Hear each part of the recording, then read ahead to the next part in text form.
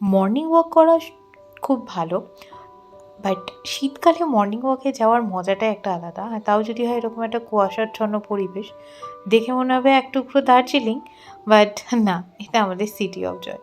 তো ফ্রাইডে আমার আজকে ছুটি, বাট ভাবলাম একটু হেঁটে আসি। তো বেশি দূর যাবো না, গিয়ে পরে ব্রেকফাস্ট বানাতে হবে। তো অয়ন আজকে অফিস যাচ্ছে, তাই আমি একটু ফ্রেশ হয়ে নিলাম মর্নিং ওয়াক থেকে এসে। আর তারপরে ওর ব্রেকফাস্টটা বানাচ্ছিলাম, তো ও খেয়ে চলে যাবে বললো, আর দুপুরে লাঞ্চটা নিয়ে যাবে। তো আমি না এই নিউট্রিলাইটের এই অলিভ বাটারটা নিয়ে এসেছি। এটা ভেগান বাটার, টেস্টের মধ্যে কোনো ডিফারেন্স নেই, ট্রাই করতে পারো, খুবই হেলদি। আর ও ব্রেকফাস্ট করে আজকে যাচ্ছে আর লাঞ্চটা নিয়ে গেলো। তো আজকে আমার চায়ের পার্টনার যেহেতু অফিস চলে গেছে, তো অগত্যা একা একাই চা খেতে হবে, কিছু করার নেই।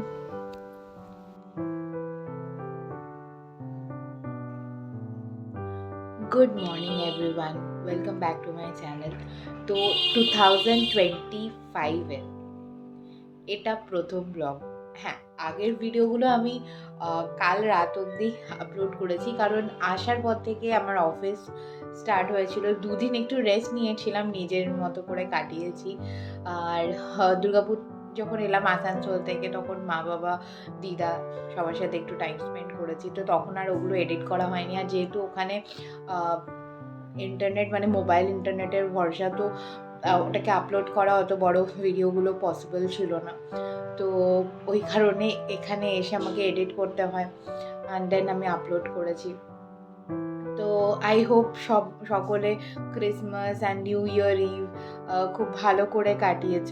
আমরাও নিজেদের মতো করে ছোট করেই সেলিব্রেট করেছি।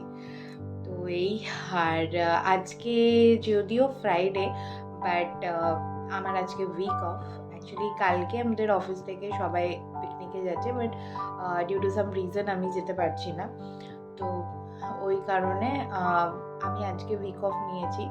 কাল পরশু দুদিনই, মানে স্যাটারডে সানডে দুদিনই অফিস যেতে হবে, কিছু করার নেই, প্রাইভেট জব বুঝতেই পারছো। তো এই চলছে। অয়ন জাস্ট অফিস গেল, আমি ওকে বলছিলাম যে ওয়ার্ক ফ্রম হোম করো, বাট না, আজকে ওকে যেতেই হবে, কারণ কালকেও ওয়ার্ক ফ্রম হোম করেছিল, কালকে যাইনি অফিস, আমি গেছিলাম। আর বিকেলে একটু প্ল্যান আছে, মানে আমি একটু পার্লারে যাব। ওখান থেকে আমার এক বান্ধবী এসছে, মানে যাদের সাথে আমরা দীঘা গেছিলাম, ঋতুপর্ণা এসছে বেহালাতে। তো ওর জন্য মা আলাদা করে নারকেল নাড়ু পাঠিয়ে দিয়েছে, তো সেটা ওকে দিতে যাব। তো যাওয়াই হচ্ছিল না। আর তারপরে আমি জানতে পারলাম যে ওইখানেই আছে। তো আমি বললাম তাহলে ঠিক আছে, ওর সাথে কথা বলে। আর কালকেও চলে যাবে, তো কালকে তো পসিবলই না। তো ওই জন্য যখন ফিরবে আমাকে ট্রাম ডিপো থেকে পিক করবে, দেন ওদের বাড়িতে ওটা পৌঁছে দিয়ে আমরা চলে আসবো। বেশিক্ষণ মানে ওখানে বসা যাবে না, বিকজ অয়নের আবার অফিসের কাজ থাকতে পারে, আর এত সকালে অফিস গেল, তাতে একটু তাড়াতাড়ি বেরোতেও পারে। তো এই, তো চলো আজকের দিনটাকে স্টার্ট করি। আর তোমাদের সাথে দুটো প্রোডাক্টের রিভিউ আমার শেয়ার করার আছে। আমি তো প্রেমে পড়ে গেছি। আমার এই জায়গাগুলোতে না প্রচুর মানে স্পট ছিল, ডার্ক সার্কেল বলবো না চোখের নিচে, বাট এখানে ডার্ক স্পট ছিল। মেবি অ্যাকনের কারণে হতে পারে, বা আই ডোন্ট নো, মেবি সান রেজের এফেক্টের জন্য হতে পারে, এই জায়গাগুলো ছিল। ইভেন এইখানে আমার একটা পিম্পলস হয়েছিল, এটাও দেখো অনেকটা হালকা হয়ে গেছে। তো আমি কি ইউজ করছি সেটার রিভিউ অবশ্যই তোমাদের সাথে শেয়ার করব। তো ভিডিওটা স্কিপ করো না, দেখতে থাকো। ত্বকের যত্ন নিতে মা দিদা অনেক কিছু কিন্তু উপায় বা টোটকা বলেছে, বাট সেগুলো করার মতো আমাদের মতো যারা ওয়ার্কিং উমেন, তার সাথে ফ্যামিলিও সামলাতে হয়, তাদের কাছে সময় সত্যিই খুব অভাব। তাই আমি এরকম কিছু ইজি জিনিস খুঁজছিলাম যেটাতে আমাদের সেই পুরনো টোটকাগুলোর গুণাগুণ থাকে। তো আমি হিমালয়ার dark spot clearing turmeric face সিরামটা ইউজ করছি বেশ কিছুদিন ধরে। এতে টার্মারিকের সাথে 2% নায়াসিনামাইড আর 10% গ্লাইকলিক অ্যাসিড থাকে, যে স্কিনের ডালনেসটাকে রিডিউস করে, ডার্ক স্পট ক্লিয়ার করে। আর এটা একটা কাঁচের বটলে আসে, ছোট্ট বটলের মধ্যে। আমি কিন্তু খুব ভালো এফেক্ট পেয়েছি, তাই জন্য তোমাদেরকে বলতে পারছি। তো এই সিরামটা আমি লাস্ট 2 উইকস ধরে ইউজ করছি, আর আমি কিন্তু এটা ভিজিবলি এফেক্ট পেয়েছি। তো এটা ইউজ করা খুবই ইজি, আর এটাতে এরকম ড্রপার টাইপের দেওয়া আছে, আর এটা খুবই লাইট ওয়েট, ঠিক আছে। তো আমি জাস্ট 4-5 ড্রপস আমি আমার স্কিনে অ্যাপ্লাই করবো, এরকম ড্রপস হিসেবে, যেরকম আমরা সিরাম ইউজ করে থাকি।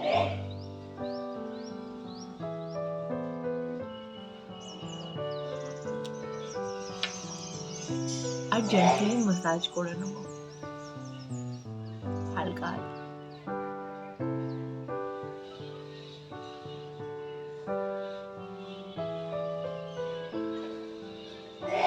তোমরা প্রথমে কিন্তু স্কিনটাকে ভালো করে ক্লিনস করে নিও, আর তারপরে সিরামটা অ্যাপ্লাই করো। এর কিন্তু ফেস ওয়াশও আছে, আর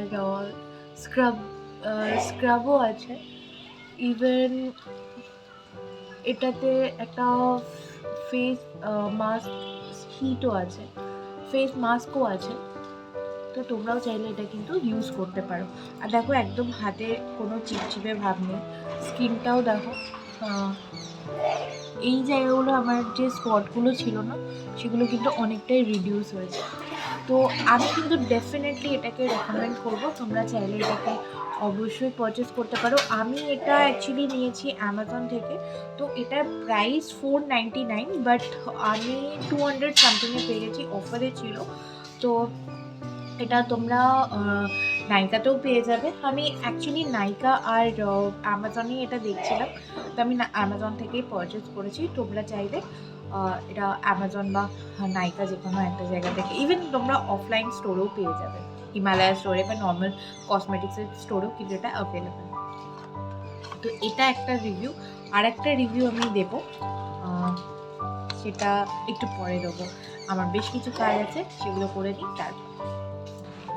তো স্কিন কেয়ার তো হয়ে গেছে, এবার পেট পুজো হবে। তো আমি একটু মুড়ি খাবো আলু সেদ্ধ দিয়ে, ভাল লাগছে না কিছু খেতে। আর মা বাপি রুটি খাবে, মা রুটি করে নিয়েছে। তো আমি এই আমার বাগানটাকে দেখছিলাম, বেশ কিছুদিন হয়েছিল যে গাছগুলো প্রায় শুকিয়ে গেছিলো, ঠিকঠাক যত্ন হয়নি। তো আবার আমি গাছ নিয়ে এসেছি। 2024-এর লাস্ট আমার প্লান্ট শপিং হয়েছে। তো বেশি কিছু নিইনি, জাস্ট একটা গোলাপ নিয়েছি, দেখাচ্ছি তোমাদের। এই গোলাপটা নিয়েছি, আমার দুটো গোলাপ গাছই কিন্তু মানে দেহত্যাগ করেছিল, তো এই গোলাপ গাছটা নিয়েছি। আর আমার বোগনভেলিয়াটাতে ফুল তো হয়েছিল, বাট এটার মধ্যে না ছোটো ছোটো পোকা হচ্ছিল, তো আমি সব এগুলোকে ডালগুলোকে ছেটে দিয়েছি, প্রুনিং করেছি। তো এর খাদ্য অন দ্য ওয়ে, মানে এদের দুজনেরই আর কি। আমি কিছু অনলাইনে ফার্টিলাইজার অর্ডার করেছি, আসুক। রিভিউ তো ভালোই ছিল ইউটিউব অ্যান্ড ওখানে অ্যামাজনেও, তো সেটা দেখেই আমি আরও করেছি। বাট একে দেখো, এ না তত্তর করে বেরিয়েই চলেছে, তো যদিও ফুল হবে না এই টাইমে, তো এটাকেও আমি ছেটে দিয়েছি, বেকার বড় হচ্ছে। শুনেছি মানি প্ল্যান্ট নাকি চুরি করলে নাকি বেশি লাকি হয়, তো কারোর বাড়ি থেকে চুরি করিনি, বাট এই ডালটা আমি নিয়ে এসেছি। আমি যেখানে অফিস থেকে বাস স্ট্যান্ডের দিকে যায়, মানে রাস্তার ওপরে একটা গাছে, মানে গাছের মধ্যে জড়িয়ে থাকে আর কি, মানি প্ল্যান্ট গাছে, জানি না কেউ হয়তো ফেলে দিয়েছিল, তার থেকে হয়তো হয়েছে। তো সেখান থেকে আমি কিছুটা ডগা কেটে নিয়ে চলে এসেছি। আর এখানে এই সিজনাল ফ্লাওয়ারটা নিয়ে এসেছি। আর এগুলোও আমার যেগুলো ছিল 9 o'clockগুলো, সেগুলোও মরো অবস্থায় ছিল, তো আমি এই ছোটো ছোটো প্লান্টারগুলোতেই লাগিয়ে দিয়েছি। এই গাছ তো ততর করে বাড়ছে, এর একটা আজকে টব নিয়ে আসতে হবে। তো 2024-এর কিছু ইনসিডেন্ট তোমাদের সাথে আমি শেয়ার করতে চাই, মজারই ইনসিডেন্ট বলতে পারো।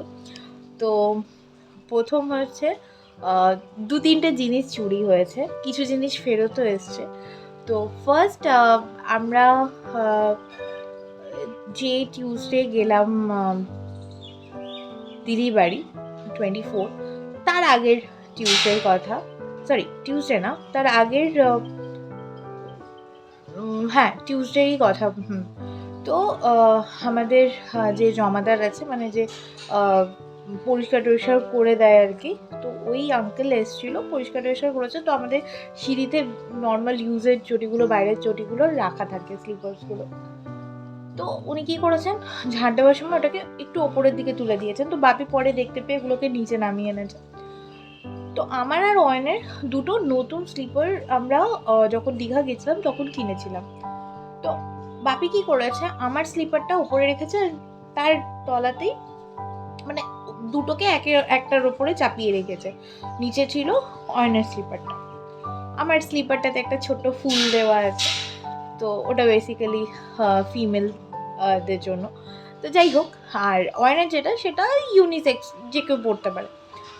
তো আমি প্রথম দিন দেখলাম যে হ্যাঁ রয়েছে, ভালো কথা। পরের দিন আমি আর অফিস যাব, আমি ভাবছি যে কী ব্যাপারটা হলো, ওর স্লিপারটা কোথায়। আমি বললাম এই তোমার স্লিপারটা কি তুলে রেখেছো? বলছে না তুলে তো রাখিনি।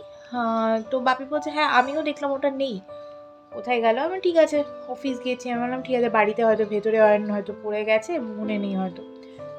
তো কারণ আমাকে এসে পরে প্যাকিং করার ছিল, এই ছিল, তো আমার মাথায় ছিল যে এটা এখানে রাখা আছে, এটা এখানে রাখা আছে, আমাকে নিয়ে নিতে হবে দিদি বাড়ি যাওয়ার আগে। ওখানে তো প্রচণ্ড ঠান্ডা, উইদাউট স্লিপার তুমি ঘরেও হাঁটতে পারবে না, এখানেই হচ্ছে না আর এই 2-3 দিনে যা ঠান্ডা পড়েছে। তো যাই হোক অফিস গেলাম, অফিস থেকে ফিরে দেখছি না কোথাও নেই। বাপি নিচের যে আমাদের লিফট আছে তার পাশে সিঁড়িঘরটার ওখানটা দেখে এলো, না নেই। ওপর অব্দি ছাদ অব্দি গিয়ে দেখে এলো নেই। তো ভালো কথা, নেই। তো বুঝতে পারলাম এটা চটিটা কেউ চুরি করেছে। তো অবভিয়াসলি এখানে নিচে গেটে তালা দেওয়া থাকে। আমাদের যারা ফ্ল্যাট ওনার তারা বা তাদের ফ্যামিলি বা তাদের রিলেটিভসরা না এলে আমরা নিচের দরজা খুলি না।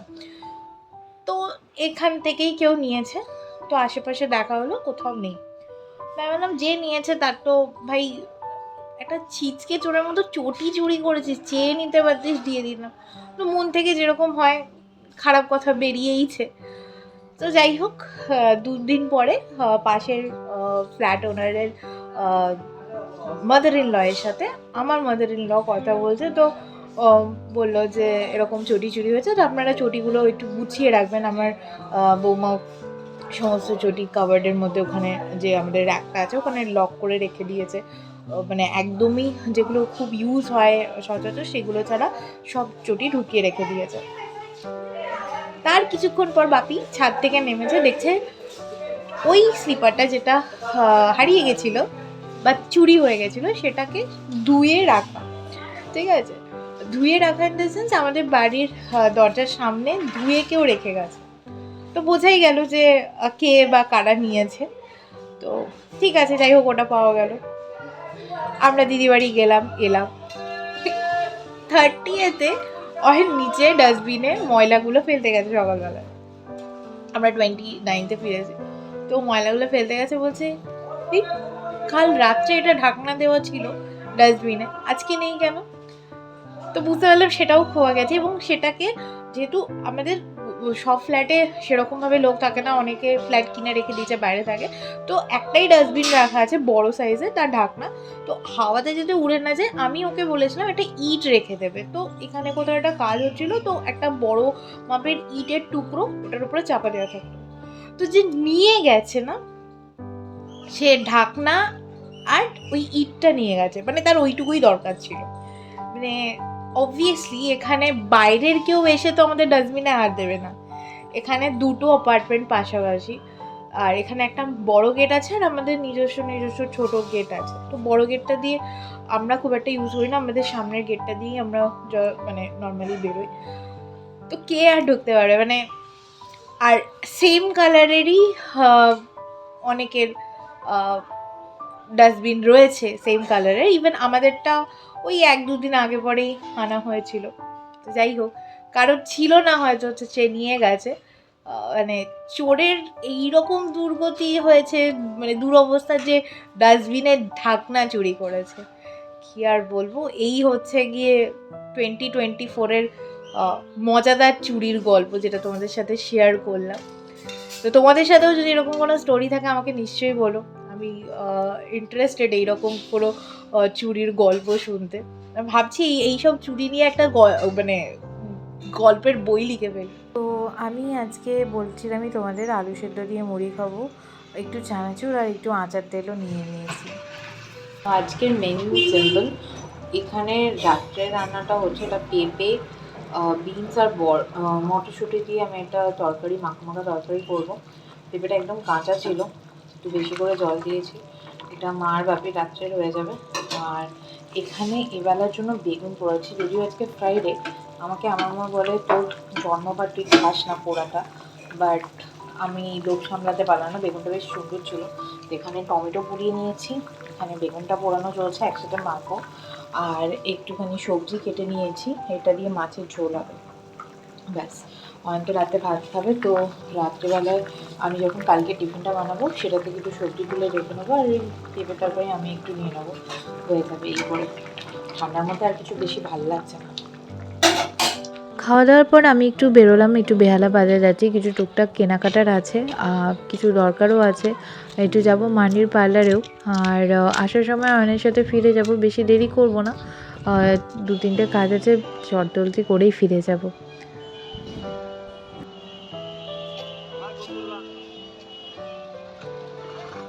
ফেরার পর ভেবেছিলাম কি বানাবো, তো এখানে একটু স্প্রিং অনিয়ন কেটেছি, একটু ক্যাপসিকাম আর পেঁয়াজ আর আদা কুচিয়ে নিয়েছি, রসুন কুচিয়ে নিয়েছি, আর চিকেনটাকে দেখতেই পাচ্ছ ম্যারিনেট করে নিয়েছি, একটু কর্নফ্লাওয়ার, গোলমরিচ, একটু নুন, একটু ডিম দিয়ে। তো বুঝতেই পারছো আজকে বানাচ্ছি হচ্ছে গিয়ে চিলি চিকেন, চটজলদি হয়েও যাবে। আর শীতকালে একটু চিলি চিকেন, একটু ফ্রাইড রাইস, একটু নুডলস হলে বেশ ভালোই লাগে। তো নুডলসটা আছে, নুডলস বানিয়েই নিয়েছি, আর একটু চিলি চিকেন বানাবো, তাহলেই হয়ে যাবে। তো চলো আমি রান্নাটা কমপ্লিট করে নিই, আর ডিনারও করতে হবে। আর এই রেসিপিটা আমি আলাদাভাবে আমার ইউটিউব চ্যানেলে দিয়ে দেবো, তোমরা দেখতে পারো। আরও আমি ট্রাই করব নতুন নতুন কুকিং ভিডিও নিয়ে আসার, যাতে তোমাদের ভালো লাগে। আজকের মতো এখানেই, ভালো থেকো, সুস্থ থেকো, টাটা।